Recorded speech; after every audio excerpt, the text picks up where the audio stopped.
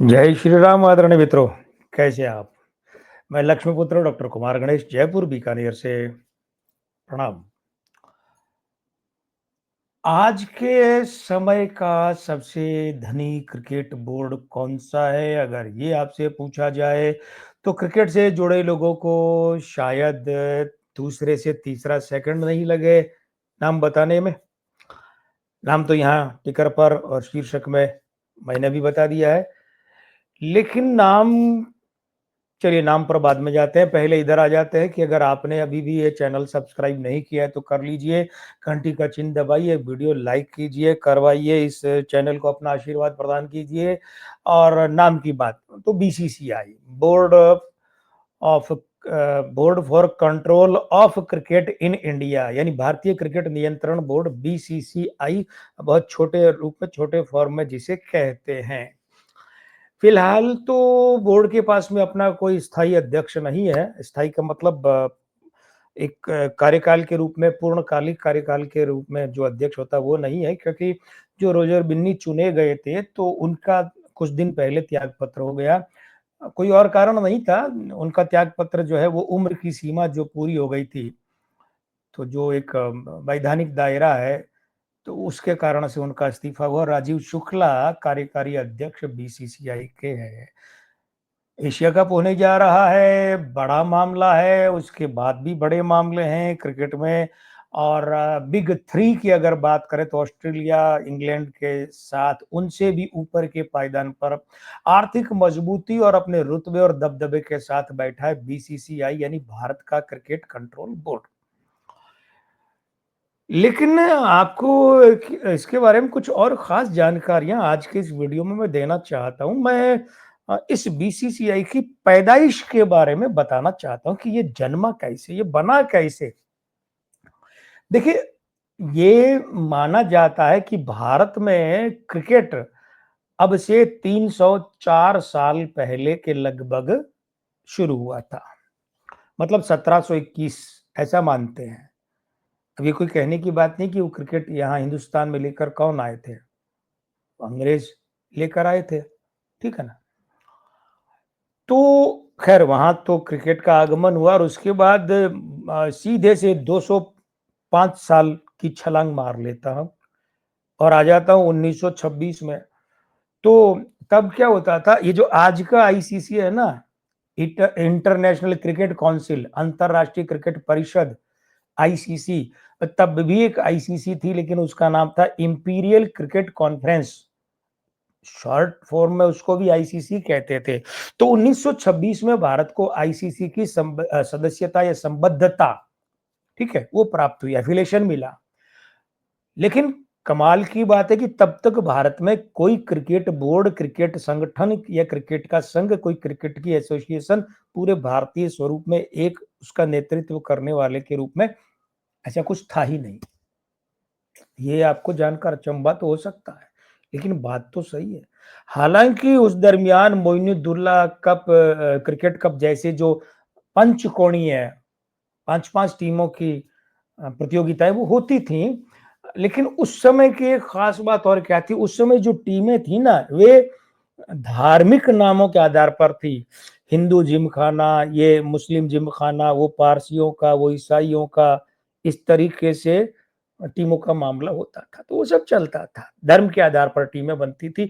और आज जैसे आईपीएल में विदेशी खिलाड़ी भी आते हैं खेलने के लिए, उस समय उन जो क्लबों की टीमें, भाई आईपीएल में ये टीमें क्या है, क्लब ही तो हैं, अलग अलग टीमें। तो उस समय भी उन क्लबों की टीमों में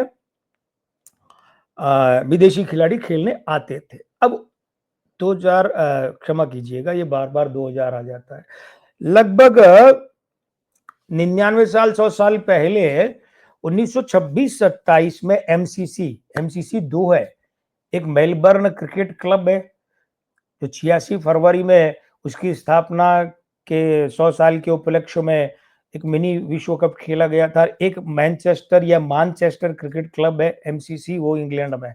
वो मैनचेस्टर क्रिकेट क्लब जो है ना एमसीसी, उसकी एक टीम 1926-27 में आई। और प्रायोजक तो किसी न किसी को बनना ही था, वरना यहाँ कौन था, यहाँ कोई क्रिकेट बोर्ड तो था नहीं।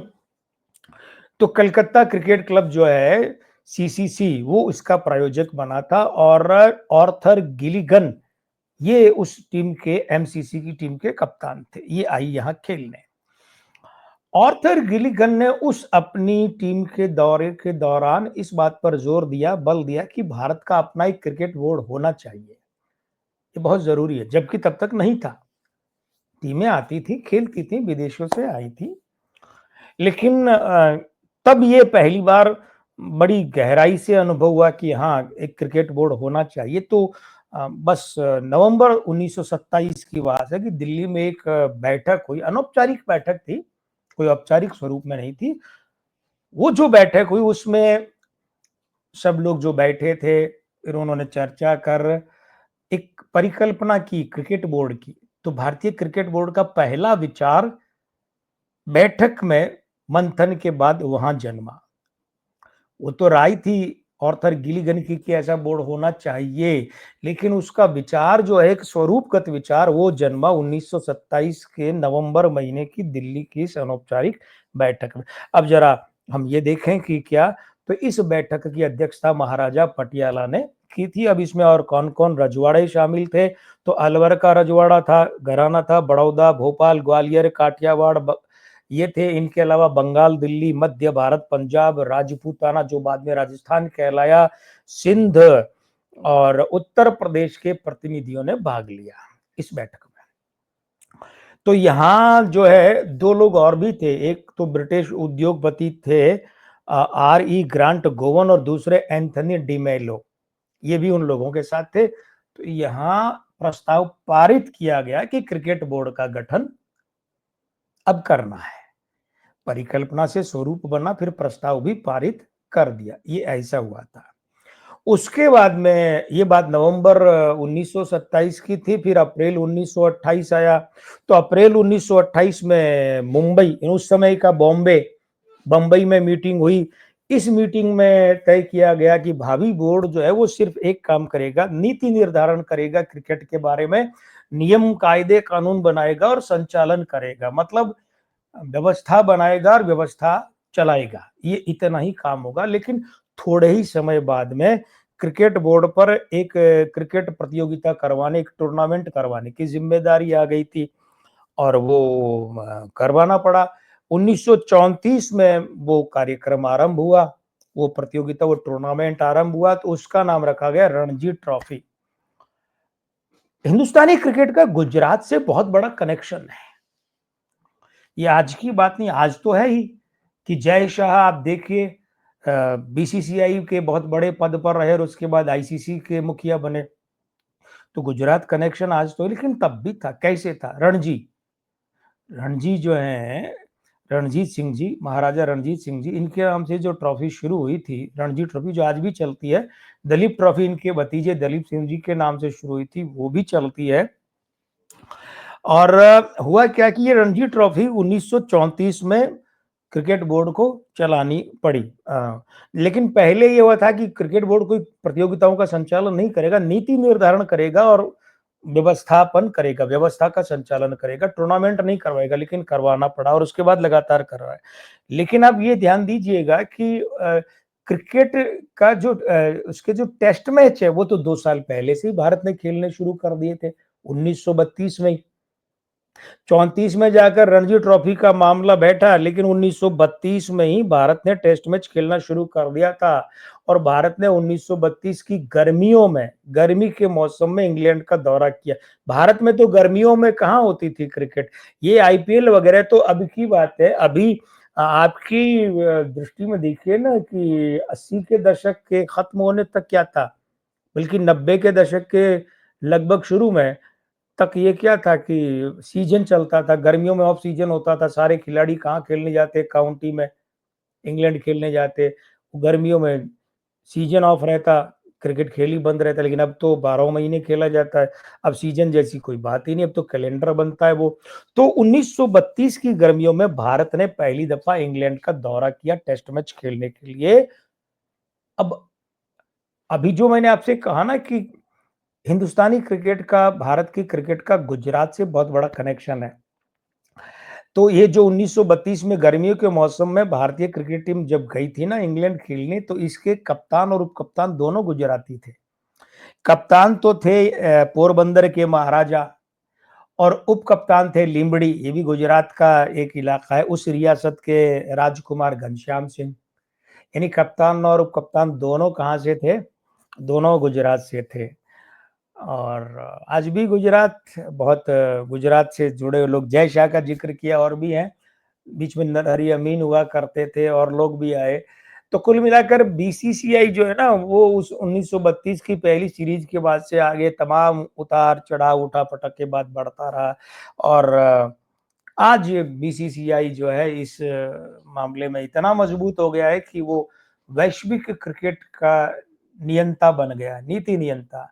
अब जहाँ तक मेरी राय है इस मामले में इंद्रजीत सिंह बिंद्रा यानी आईएस बिंद्रा जो पंजाब के रहे थे अध्यक्ष एसोसिएशन के और उसके बाद बीसीसीआई के चेयरमैन रहे। उनके साथ में सचिव के रूप में जगमोहन डालमिया थे। वो जो दौर था उस दौर में हिंदुस्तान के क्रिकेट को पैसा मिलना शुरू हुआ और ये मजबूत होना शुरू हुआ। बाद में तो खैर सौरव गांगुली और जगमोहन डालमिया के अध्यक्ष रहते तो इस संघ ने जो अपना रुतबा हासिल किया वो आज सारी दुनिया देख रही है। और हाँ, आगामी सभी क्रिकेट प्रतियोगिताओं के लिए हमारी महिला क्रिकेट टीम को और हमारी पुरुष क्रिकेट टीम को हार्दिक शुभकामनाएं, अग्रिम शुभकामनाएं सफलता के लिए। और आपकी शुभकामनाएं इस चैनल को कैसे मिलेगी भाई? वो तो तभी मिलेगी कि जब आप ये चैनल अगर अभी भी सब्सक्राइब नहीं किया तो कर लेंगे और घंटी का चिन्ह दबाएंगे। आपकी शुभकामनाएं तो इस चैनल को तब मिलेंगी ना जब आप इस वीडियो को आशीर्वाद देंगे लाइक कर और मित्रों, परिजनों, परिचितों को भी जोड़ेंगे। तो जोड़िए, आप ये काम कीजिए, मैं एक काम करता हूँ, वो दूसरा काम और आपको भी पता है कि वो काम क्या है, वो ये है कि अगले वीडियो में अगला किस्सा लेकर हाजिर होता हूँ मैं, आपका दोस्त, आपका मित्र, आपका साथी, आपका हमसफ़र, आपका हमनवा, डॉक्टर कुमार गणेश, जयपुर बीकानेर से, यानी कि लक्ष्मी पुत्र डॉक्टर कुमार गणेश। ये कहते विदा लेता हूँ कि जय श्री राम, प्रणाम।